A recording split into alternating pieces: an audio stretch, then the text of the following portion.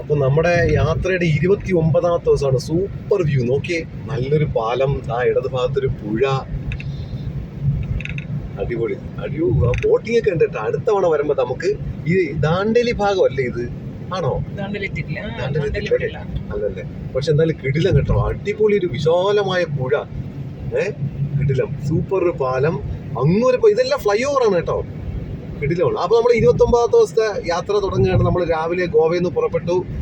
ഇന്നലെ രാത്രി നൈറ്റ് ലൈഫൊക്കെ കഴിഞ്ഞ് നമ്മൾ എത്തിയപ്പോൾ തന്നെ 12 മണിയായി. ഉറങ്ങി വൈകിയാണ് എണീറ്റപ്പോൾ തന്നെ 9:30 മണിയായി. റെഡിയായി, ചെക്കൗട്ട് ചെയ്ത് 11 മണിക്ക് പുറത്തിറങ്ങി. അടുത്തൊരു വെയിറ്ററി ഹോട്ടലിൽ നിന്ന് ഫുഡ് കഴിച്ചു. വളരെ മോശമാണ് കേട്ടോ, ഫുഡിനെ പറ്റി പറയാതിരിക്കാൻ പറ്റില്ല. എല്ലായിടവും അല്ല, നമ്മൾ കുറച്ച് ആൾത്തിരക്കൊക്കെ ഉള്ള ഹോട്ടലിലേക്കാണ് കയറിയത്. പക്ഷേ ദോശ വളരെ മോശം, ഇഡ്ഡലി മോശം, മസാല ദോശ പോരാ. പൈസയ്ക്കൊന്നും ഒരു കുറവില്ല, പക്ഷേ ക്വാളിറ്റി വളരെ മോശമാണ്. പിന്നെ അതുപോലെ തന്നെ ഇന്നലെ ലഞ്ച് കഴിക്കാൻ ഫാറ്റ് ഫിഷ് എന്നും പറഞ്ഞ് ഇവിടെ ഫേമസ് ആയൊരു ഹോട്ടലിലാണ് കയറിയേട്ടാ. പലരും പറയുന്ന പോലെയല്ല, ഇതൊക്കെ വെറുതെ ഹൈപ്പ് ചെയ്ത് കയറ്റുന്നതായിട്ടാണ് എനിക്ക് തോന്നിയത്. മറ്റുള്ളവരുടെ കാര്യമൊന്നും എനിക്കറിയത്തില്ല. ഞങ്ങൾ ഗോവൻ താലിയാണ് ഓർഡർ ചെയ്തത്, പക്ഷെ അത് കിട്ടിയില്ല. 2:30 അത് കഴിഞ്ഞു.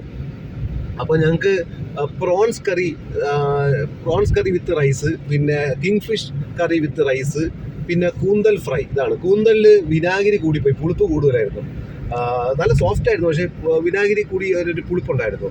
പിന്നെ ഫിഷ് കറി ഒരുമാതിരി എണ്ണ, നമ്മൾ പഴകിയ എണ്ണ, നമ്മൾ കനച്ച എണ്ണ എന്നൊക്കെ പറയത്തില്ലേ, പഴകിയ എണ്ണ വെച്ചൊരു കറി ഉണ്ടാക്കുമ്പോൾ ടേസ്റ്റ് അല്ലേ, അതാണ്. ചാറ് കുറേ ഉണ്ടായിരുന്നു, ചാറൊന്നും നമ്മൾ കഴിക്കാൻ പറ്റിയില്ല.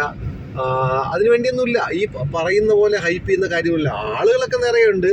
എനിക്കൊന്ന് പലരും ഈ യൂട്യൂബ് ചാനലൊക്കെ കണ്ടിട്ട് വന്ന് ആണെന്ന് തോന്നുന്നു. ഞങ്ങളും കുറച്ചൊക്കെ അങ്ങനെയും പിന്നെ മറ്റുള്ളവർ പറഞ്ഞൊക്കെയാണ് പോയത്. 600 രൂപയാണ് പ്രോൺസ് കറി വിത്ത് റൈസൊക്കെ കുറച്ചേ ഉള്ളൂ. അതിനു വേണ്ടിയൊന്നുമില്ല. അതാണ് എൻ്റെ പേഴ്സണലി അഭിപ്രായം. വേറെ ചിലപ്പോൾ നല്ല ഹോട്ടലുകൾ ഉണ്ടായിരിക്കാം, ഞങ്ങൾ ഇത് കണ്ടു ചെന്ന് കയറിയതാണ്. ഇതാണ് എൻ്റെ പേഴ്സണൽ എക്സ്പീരിയൻസ് വന്നത്. റോഡെന്ന് വെച്ചാൽ ഫ്ലൈ ഓവറുടെ ഒരു കളിയാണ് കേട്ടോ. കിട്ടിലെ റോഡുകൾ പണിഞ്ഞിട്ടിരിക്കുകയാണ്, സൂപ്പർ. 6 വരി, 1, 2, 3, ഇത് 4 വരിയാണ്. 1, 2, 3, 4. ഇത് ഫ്ലൈ ഓവറാണ്, ഈ പോയിക്കൊണ്ടിരിക്കുന്ന ഫ്ലൈ ഓവറാണ് കേട്ടോ. സൂപ്പർ റോഡ് കേട്ടോ, ഇന്റർനാഷണൽ സ്റ്റാൻഡേർഡ് റോഡുകളാണ് നമുക്ക് ഇപ്പോൾ ഉള്ളത്. ഗോവയിൽ നിന്ന് നമ്മുടെ ഹൈവേയിലേക്ക് എത്താൻ വേണ്ടി കുറച്ച് ബുദ്ധിമുട്ട്, കാരണം തിരക്കാണ്. ഗോവയിലേക്ക് ഇപ്പോഴും ആളുകൾ ഒഴുകിക്കൊണ്ടിരിക്കുകയാണ് കേട്ടോ, വരവും പോക്കും. അത് കുറച്ച് റെഡ് ലൈൻ ആയിരുന്നു ഗൂഗിൾ മാപ്പിൽ കാണിച്ചത്. അവിടെ നിന്ന് അങ്ങോട്ട് കഴിഞ്ഞ ഉടനെ ഇതാ കണ്ടോ പാലങ്ങളൊക്കെ, സൂപ്പർ അല്ലേ, സൂപ്പർ പാലം കേട്ടോ. ഇത് 4 വരിയാണ് കേട്ടോ. ഇപ്പൊ നമ്മൾ പോയിക്കൊണ്ടിരിക്കുന്ന 4 വരി പാതയാണ്. ഇവിടെ 4 വരി, അപ്പുറത്ത് 4 വരി, അങ്ങനെ മൊത്തം 8 വരി പാത കേട്ടാ. ഓക്കെ, ഇതിലെ സ്ട്രക്ചർ, ഇതൊക്കെ നമ്മുടെ നാടിന്റെ അഭിമാനമല്ലേ.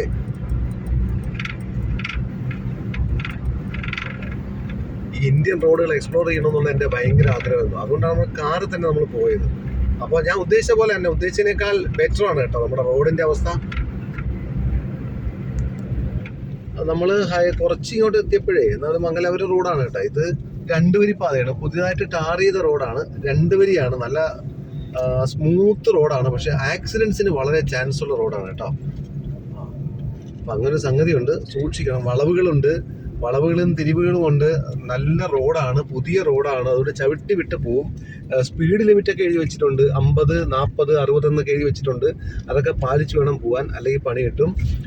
ശരിക്കും ഗോവയിൽ നിന്നും പാലക്കാടേക്ക് 726 കിലോമീറ്റർ ആണ് കേട്ടോ. ഞാൻ കരുതി 650 ഉള്ളെന്നാണ് കരുതിയത്, പക്ഷേ 726 കിലോമീറ്റർ ഉണ്ട്. അപ്പോൾ ഇന്ന് ഓടി എത്തത്തില്ല. ഇന്ന് രാത്രി എവിടെയെങ്കിലും സ്റ്റേ ചെയ്തിട്ട് വേണം നാളെ ഓടി എത്തുള്ളൂ. നൈറ്റ് ഡ്രൈവ് ഒഴിവാക്കാൻ തീരുമാനിച്ചിരിക്കുകയാണ്. നല്ല കാടാണ് കേട്ടോ, അടിപൊളിയാണ്, സൂപ്പറാണ് കേട്ടോ, നല്ല. പിന്നെ ഇവിടെ പറങ്കിമാവ് നിറയുണ്ട്. 1 കിലോയ്ക്ക് 500 രൂപയ്ക്ക് നമുക്ക് കിട്ടും. ഫസ്റ്റ് ക്വാളിറ്റി കാഷ്യൂ നമുക്കിവിടെ 1 കിലോയ്ക്ക് 500 രൂപയ്ക്ക് ഇവിടെ കിട്ടും. കാരണം ഇതിൻ്റെ 2 സൈഡും പറങ്കിമാവാണ്. നമ്മൾ രാവിലെ ഗോവയിൽ നിന്ന് ഒരു 11 മണിക്ക് പുറപ്പെട്ടു കേട്ടോ. ഏകദേശം 130 കിലോമീറ്റർ ഓടിയ ശേഷമാണ് ആക്ച്വലി നമുക്ക് കൊള്ളാവുന്നൊരു ഹോട്ടൽ കിട്ടിയത്. ഹോട്ടൽ അങ്കോള ഇൻ്റർനാഷണൽ അല്ലേ, അങ്കോള ഇൻ്റർനാഷണൽ എന്നാണ് പേര്. നമ്മൾ 2 താലി പറഞ്ഞു കേട്ടോ, നോൺ വെജ് താലി, പിന്നെ സിൽവർ ഫിഷ് ഫ്രൈയുമാണ് പറഞ്ഞേക്കുന്നത് കേട്ടോ. ഒരു താലിക്ക് 180 രൂപയാണ്. ഒരു ബോയിൽഡ് എഗ്ഗും ഒരു ബോയിൽഡ് റൈസും വൈറ്റ് റൈസുമാണ് പറഞ്ഞിരിക്കുന്നത് കേട്ടോ. പിന്നെ 2 silver fish fry. Okay.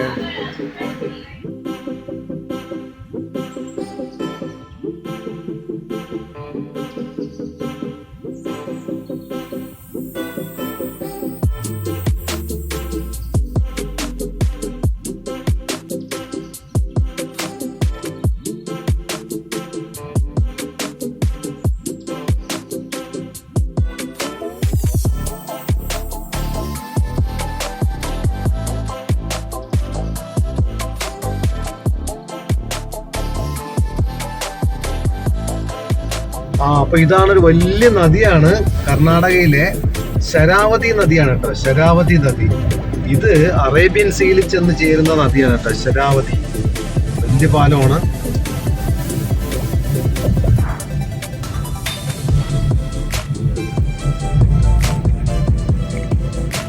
Boating ഒക്കെ ഉണ്ട്, ഫിഷിംഗ് ഒക്കെ ഉണ്ട് കേട്ടോ. ഇത് ഹാർബർ ആണെന്ന് തോന്നുന്നു. മീൻ പിടിക്കുന്ന വള്ളങ്ങളൊക്കെ കരയിലുണ്ട്. ഹാർബറാണ്. അവിടെ നിറയെ വള്ളങ്ങളുണ്ട്, ഫിഷിംഗ് ബോട്ട്സ് ഉണ്ട് കേട്ടോ.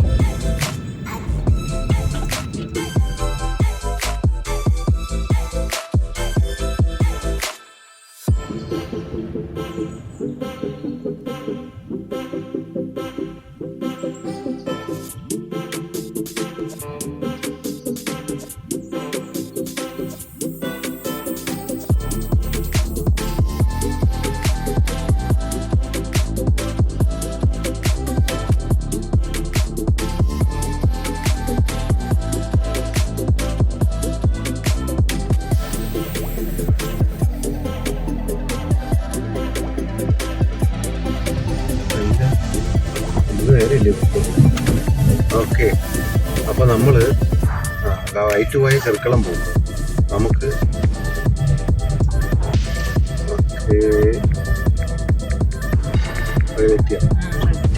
അവിടെ നിന്ന് കയറാം.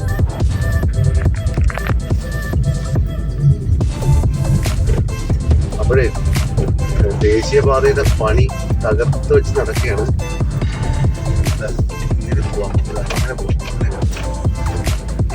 അങ്ങോട്ടല്ലേ വൈറ്റാണ് അല്ലേ? വൈറ്റാണ്.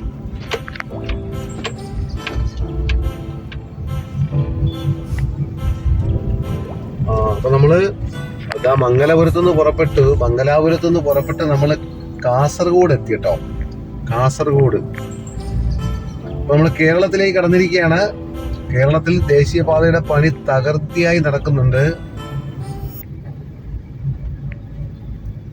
അപ്പോഴേ നമ്മുടെ യാത്രയുടെ അവസാനത്തെ ദിവസം, 30ാമത്തെ ദിവസം കേട്ടോ. ഓക്കെ, പറയുമ്പോൾ സങ്കടമുണ്ട്. കാരണം നാളെ തൊട്ട് യാത്രയില്ലല്ലോ. ഇത്രയും ദിവസം 30 ദിവസം വണ്ടിക്കകത്തായിരുന്നു, റോഡുകളിലായിരുന്നു. അപ്പോൾ നമ്മൾ കേരളത്തിലെത്തി. ഇന്നലെ നമ്മൾ മംഗലാപുരത്താണ് താമസിച്ചത്. മാംഗ്ലൂരിലാണ് താമസിച്ചത്. രാത്രി 10 മണിക്ക് വന്ന് ഒരു റൂമൊക്കെ എടുത്തു. രാവിലെ നമ്മളൊരു 9 മണിക്ക് ഇവിടെ നിന്ന് പുറപ്പെട്ടു. കുറച്ച് ദൂരം ഓടിക്കഴിഞ്ഞപ്പോൾ നമ്മൾ കാസർഗോഡ് എത്തി. ഇത് കാസർഗോഡാണ്. കാഞ്ഞങ്ങാടേക്ക് പോകുന്ന റൂട്ടാണ്. ഇവിടെ ദേശീയപാതയുടെ പണി, മേൽപ്പാലങ്ങളിലേക്ക് പണി തകൃതിയായി നടക്കുന്നുണ്ട്. പിന്നെ കേരളത്തിലെത്തിയപ്പോൾ മഴ പെയ്തു. പിന്നെന്താ പറയുക, നമ്മൾ KSRTC ബസ് വരുന്നുണ്ട്. 30 ദിവസം കഴിഞ്ഞിട്ടാ KSRTC ബസ് കണ്ടിട്ട്. 30 ദിവസമായി KSRTC ബസ് കണ്ടിട്ട്. അങ്ങനെ നമ്മൾ സ്വന്തം നാട്ടിൽ എത്തിയപ്പോൾ വേറെ സന്തോഷമുണ്ട്, സമാധാനമുണ്ട്. പിന്നെ 3 തരം ക്ലൈമറ്റിലൂടെ നമ്മൾ പോകേണ്ടത്. ഇപ്പം മഴയാണ്, മഴ തുടങ്ങി ഇവിടെ. നമ്മളിവിടെ നിന്ന് പുറപ്പെടുമ്പോൾ കൊടും ചൂടായിരുന്നു, 45 ഡിഗ്രി ഒക്കെ ആയിരുന്നു. അപ്പോൾ അത് കഴിഞ്ഞ് നമ്മൾ നേരെ ഉത്തരാഖണ്ഡിലെത്തിയപ്പോഴേക്കും മഞ്ഞ് തുടങ്ങി. ഒരു 10 ദിവസത്തോളം മഞ്ഞ് തണുപ്പത്തായിരുന്നു. അത് കഴിഞ്ഞ് വീണ്ടും നമ്മൾ ചൂടിലേക്ക് കയറി. ഉത്തർപ്രദേശ്, മധ്യപ്രദേശ് വീണ്ടും ചൂടിലേക്ക് കയറി. ഇപ്പം നമ്മൾ വീണ്ടും മഴക്കാലത്തിലേക്ക് പോവുകയാണ്. ഇവിടെ മഴക്കോളുണ്ട്, മഴ ചെറിയ ചാറ്റലൊക്കെ ഇടയ്ക്കിടയ്ക്കൊക്കെ ഉണ്ട്. അങ്ങനെ 3 തരം ക്ലൈമറ്റ് നമ്മൾ എക്സ്പീരിയൻസ് ചെയ്തു എന്നുള്ളതാണ് എൻ്റെ പ്രത്യേകത. ഇനി ഇവിടെ നിന്ന് ഏകദേശം 300 കിലോമീറ്ററോളം ഉണ്ട് നമുക്ക് പാലക്കാടേക്ക്. അത് ഏകദേശം ഒരു 8 മണിയോടുകൂടി 9 മണിയോട് എത്തും എന്നാണ് പ്രതീക്ഷ.